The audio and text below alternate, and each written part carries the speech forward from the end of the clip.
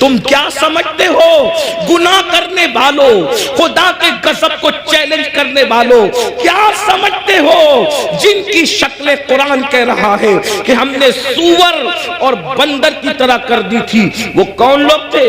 وہ پٹھان کے بچے تھے، وہ مغل کے بچے تھے، وہ شیخوں کے بچے تھے؟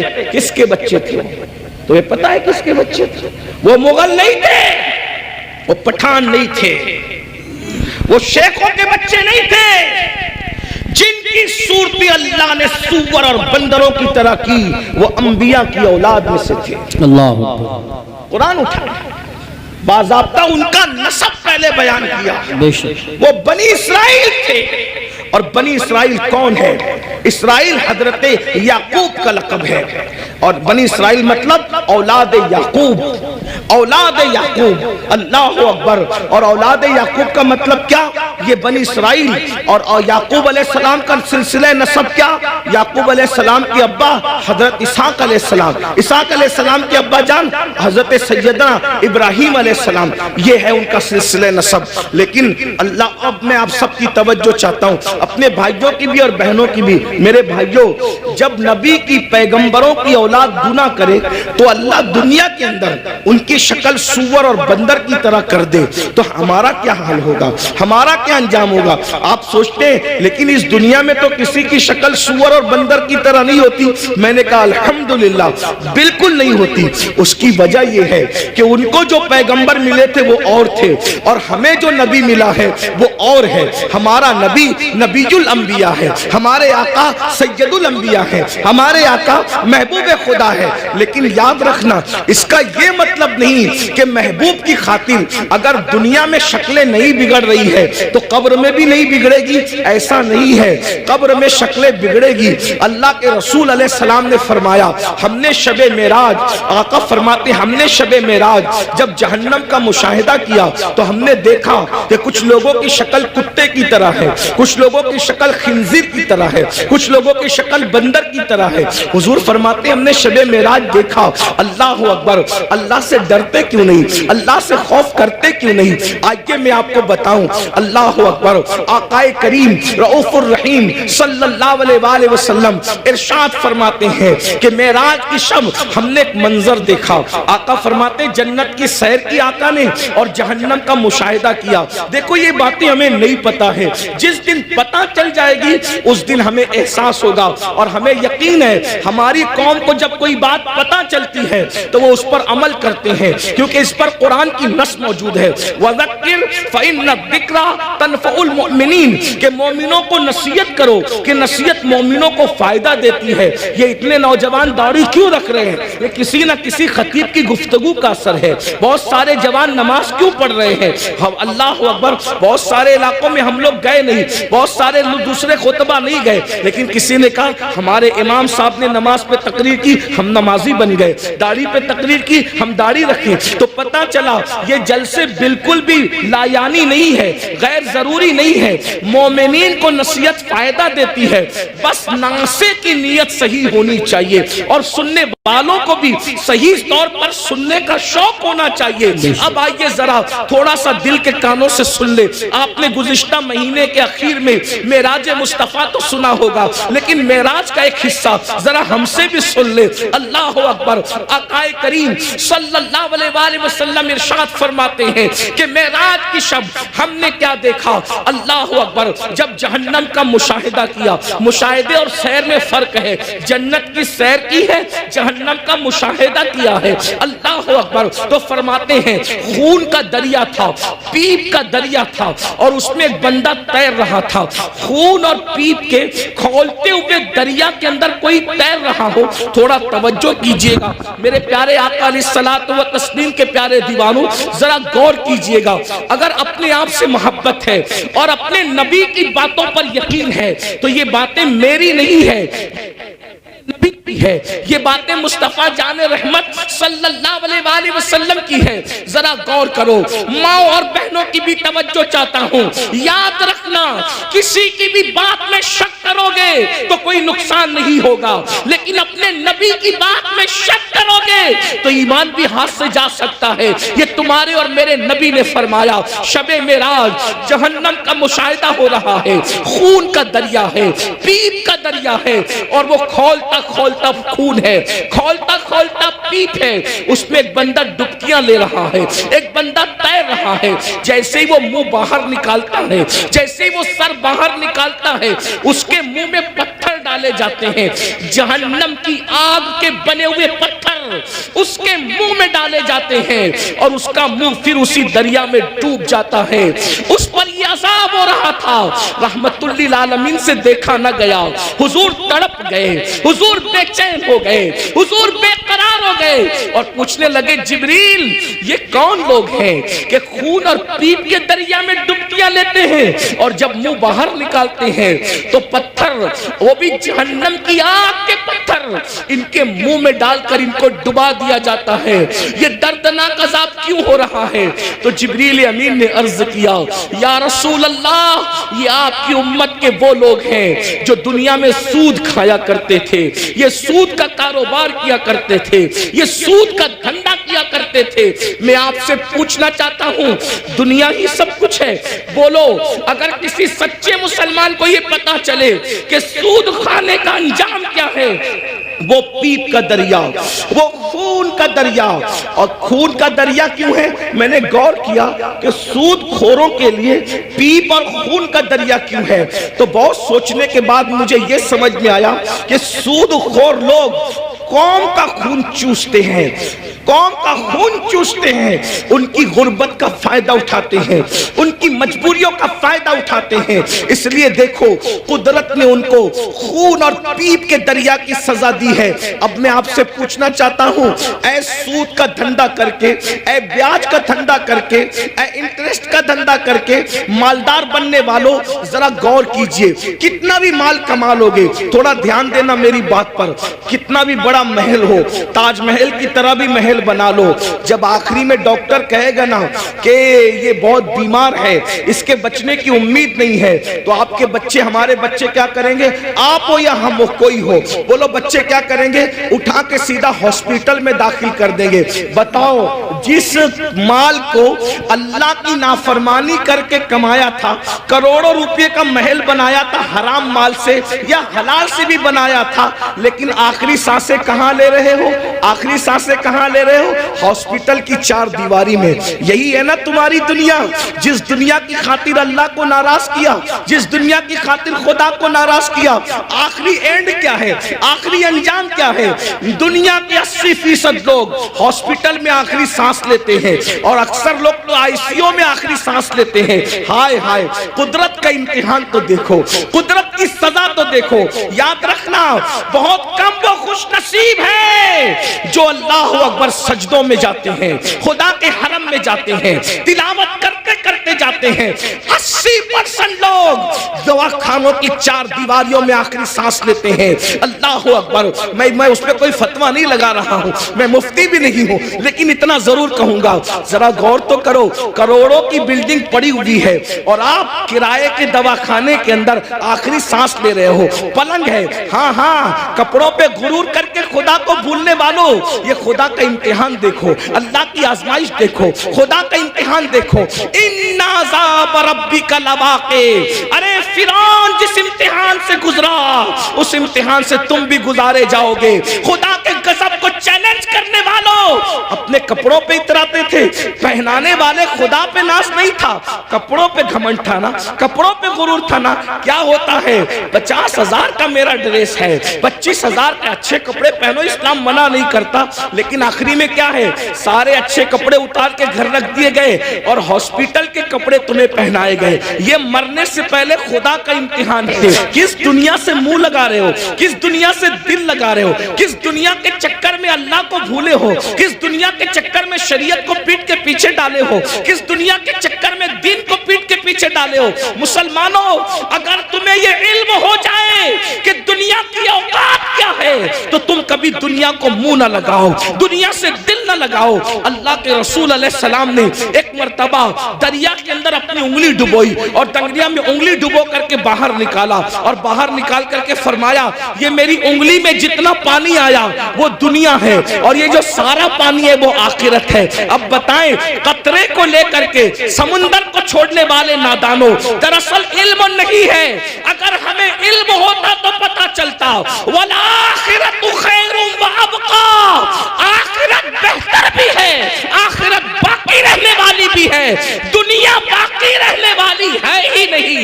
اور دنیا تو کہتے اسے ہیں جو ادنا کی بھی تصغیر ہے، جو ادنا سے بھی گری ہوئی کو دنیا کہتے ہیں۔ ادنا کا مطلب سمجھتے ہیں نا، ادنا کا مطلب چھوٹا، اور دنیا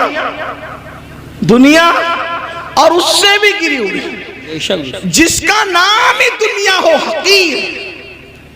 لیکن یہ پتا ہم سمجھتے دنیا کوئی بڑی چیز ہے، ارے نادان دنیا کہتے ہی حقیر کو ہے، ایسی حقیر کہ اس سے زیادہ کوئی حقیر نہ ہو، جیسے بہترین، افضل درجات بڑھتے ہیں نا، جب تفضیل کے ساتھ بات ہوتی ہے تو پھر درجات بڑھتے ہیں، ایسے ہی جب تصغیر کے ساتھ بات ہوتی ہے تو پھر درجات گھٹتے ہیں نا۔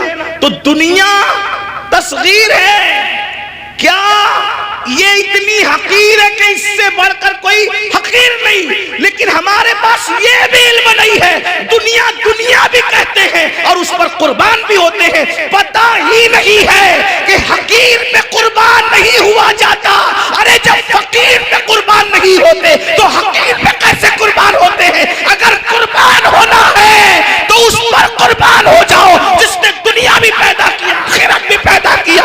یزید دنیا پہ قربان ہوا، ختم کر دیا گیا، حسین دین پہ قربان ہوئے، آج حسین پاک کا ذکر بھی باقی ہے، ان کی نسل بھی باقی ہے۔ نعرہ تکبیر، دنیا کی خاطر، یا رسول اللہ، دنیا کی خاطر، یا رسول اللہ، یا علی، یا علی زندہ باد، دنیا کی خاطر ماشاءاللہ، اس نے دین کو پیٹ کے پیچھے ڈالا، اس کی نسل بھی مٹی، اس کی قبر بھی مٹی، اس کا دربار بھی مٹا، اس کا نام بھی مٹا۔ یہ تو ہم حسینیوں کا احسان ہے کہ بطور مذمت اس کا نام لے لیتے ہیں تو کہیں کہیں وہ یاد آ جاتا ہے۔ اگر ہم بطور مذمت جیسے شیطان کا نام آتا ہے اعوذ باللہ من الشیطان الرجیم کے طور پہ، اللہ اکبر، اگر اس طریقے سے اس لانتی کا نام نہ لے تو کبھی لوگ اس کو یاد بھی نہ کریں۔ یہ تو ہم حسینیوں کا احسان ہے کہ مذمت کے اعتبار سے کہیں نہ کہیں وہ یاد آتا ہے۔ یہ ہے دنیا، اب اسی دنیا میں غرق ہو رہے ہو، اسی دنیا میں ڈوب رہے ہو۔ تو آقا ارشاد فرماتے ہیں ہم اور آگے بڑھے، توجہ فرمائے، آپ توجہ تو بہت اچھی کر رہے ہیں ماشاءاللہ، لیکن مزید غور کریں۔ آقا فرماتے ہیں ہم اور آگے بڑھے تو ہم نے کیا دیکھا، کچھ مرد اور عورتیں ہیں جن کی چمڑیاں آگ کی کینچی سے کاٹی جا رہی ہے۔ بس میں بات طویل نہیں کروں گا اور ختم بھی کر دوں گا وقت پہ، کیونکہ ہم 1 گھنٹہ لیٹ چل رہے ہیں اور مجھے دوسرے پروگرام کی طرف، رات کے پروگرام کی طرف جانا بھی ہے۔ لیکن غور سے سن لیں، معراج کا یہ بھی حصہ ہے۔ فرمایا کیونکہ معراج میں حضور اللہ فرماتا ہے لِنُرِيَهُ مِنْ آیَاتِنَا، ہم نے ان کو اس لیے سیر کرائی مسجد حرام سے مسجد اقصی تک تاکہ ہم ان کو اپنی نشانیاں دکھائیں۔ یہ نبی کا دیکھنا ہے، نبی کا دیکھنا ہے۔ جہنم میں لوگ بعد میں جائیں گے، نبی پہلے دیکھ رہے ہیں۔ جہنم میں لوگ بعد میں جائیں گے، نبی پاک پہلے دیکھ رہے ہیں۔ توجہ کریں، یہ نبی کا دیکھنا ہے، یہ نبی کے دیکھنے کی شان ہے۔ پھر بھی کچھ لوگ کہتے ہیں کہ نبی کو غیب کی خبر نہیں۔ میں نے کہا نادان، اگر یہ غیب نہیں ہے تو پھر غیب کسے کہتے ہیں؟ حضور دیکھ رہے ہیں، جہنم میں جانے سے پہلے جہنمیوں کو اللہ دکھا رہا ہے۔ فرماتے ہیں ہم نے دیکھا کہ جہنم کے اندر کچھ لوگوں کی چمڑیاں آگ کی کینچی سے کاٹی جا رہی، آگ کی کینچی سے، اور وہ چیخ پکار رہے ہیں اور ان کی چیخ سنی نہیں جاتی۔ کیسے سنی جا سکتی تھی؟ رحمت للعالمین ہے۔ حضور فرماتے ہیں جہنم کی آگ کی کینچیوں سے چمڑیاں کٹ رہی تھی۔ اس پہ ذرا دھیان دینا، دنیا کی آگ نہیں اور دنیا کی کینچیاں بھی نہیں، جہنم کی آگ، جہنم کی کینچی اور چمڑیاں کٹ رہی، وہ چلا رہے ہیں۔ میں نے پوچھا جبریل یہ کون لوگ ہیں؟ اس میں مرد اور عورتیں ایک ساتھ تھے، وہ ننگے تھے، مرد اور عورتیں ایک ساتھ تھے، ننگے تھے، ان کی چمڑیاں کٹ رہی تھی آگ کی قینچی سے اور چلا رہے تھے۔ پوچھا جبریل یہ کون ہے؟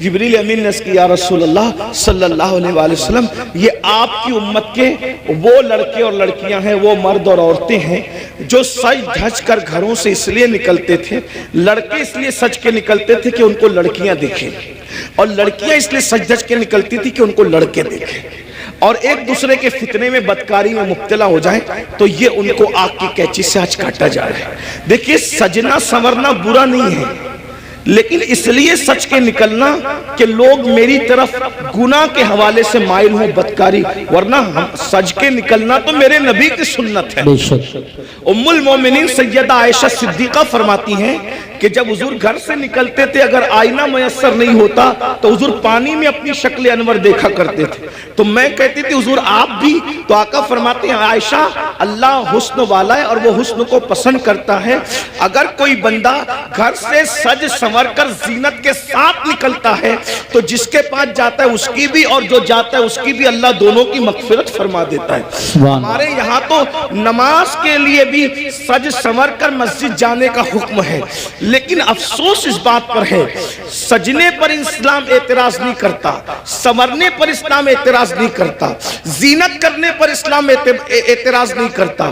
اسلام یہ کہتا ہے کہ اچھی نیت کے ساتھ زینت کرو، یہ نیت سے زینت کرنا، عطر لگانا، خوشبو لگانا اور اپنی شکلوں کو سنوارنا کہ معاذ اللہ مرد اس طرح سے کرے کہ عورتیں ان کی طرف متوجہ ہو اور بدکاری میں مبتلا ہوں، اور عورتیں اس لیے سجے سورے کہ مرد ان کی طرف متوجہ ہو کر بدکاری کے اندر مبتلا ہو جائے۔ میرے آقا صلی اللہ علیہ وآلہ وسلم کی کنیزوں سے ایک بات کہنا چاہتا ہوں، سنورنا عورتوں کو ضرور ہے لیکن باہر نکلنے کے لیے نہیں بلکہ اپنے شوہر کے لیے۔ یہاں تک فرمایا گیا جو عورت اپنے شوہر کا دل خوش کرنے کے لیے بنتی اور سمرتی ہے، اللہ تبارک و تعالی ایسی عورت کو نفل نماز پڑھنے سے زیادہ ثواب عطا فرماتا ہے۔ لیکن یہاں بازار میں جانے کے لیے نہیں سمرنا، ولیمے میں جانے کے لیے نہیں سمرنا، باہر نکلنے کے لیے نہیں سمرنا، عورت کو اگر سمرنا ہے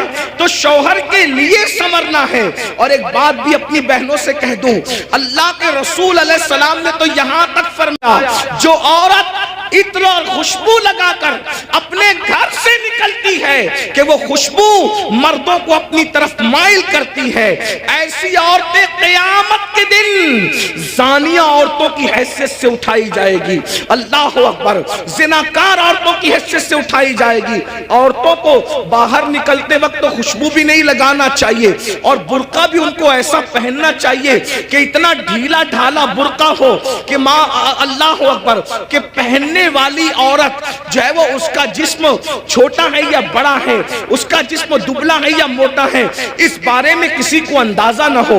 اتنے ڈھیلے اور اتنے بھدے کپڑے پہننے چاہیے برقعے کے حوالے سے۔ لباس اچھا پہنو لیکن برقعے کا کپڑا بھدا ہو، برقعے کا کپڑا چمکیلا نہ ہو، برقعے پہ ڈیزائن نہ ہو۔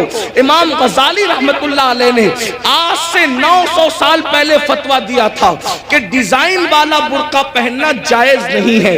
900 سال پہلے عورتوں کو ڈیزائن والا برقع پہننے سے منع کر دیا گیا، اور آج تو برقعے کے ڈیزائن تو دیکھو کہ معاذ اللہ جو نہیں دیکھنے والا وہ بھی دیکھنے لگے۔ یہ کیفیت ہے، یہ حالات ہیں۔ اس لیے میں اپنی بہنوں سے کہوں گا دیکھو یہ دنیا ہے بہنوں، یہ دنیا ہے، ایک جملے کے لیے اپنی آخرت برباد مت کرو۔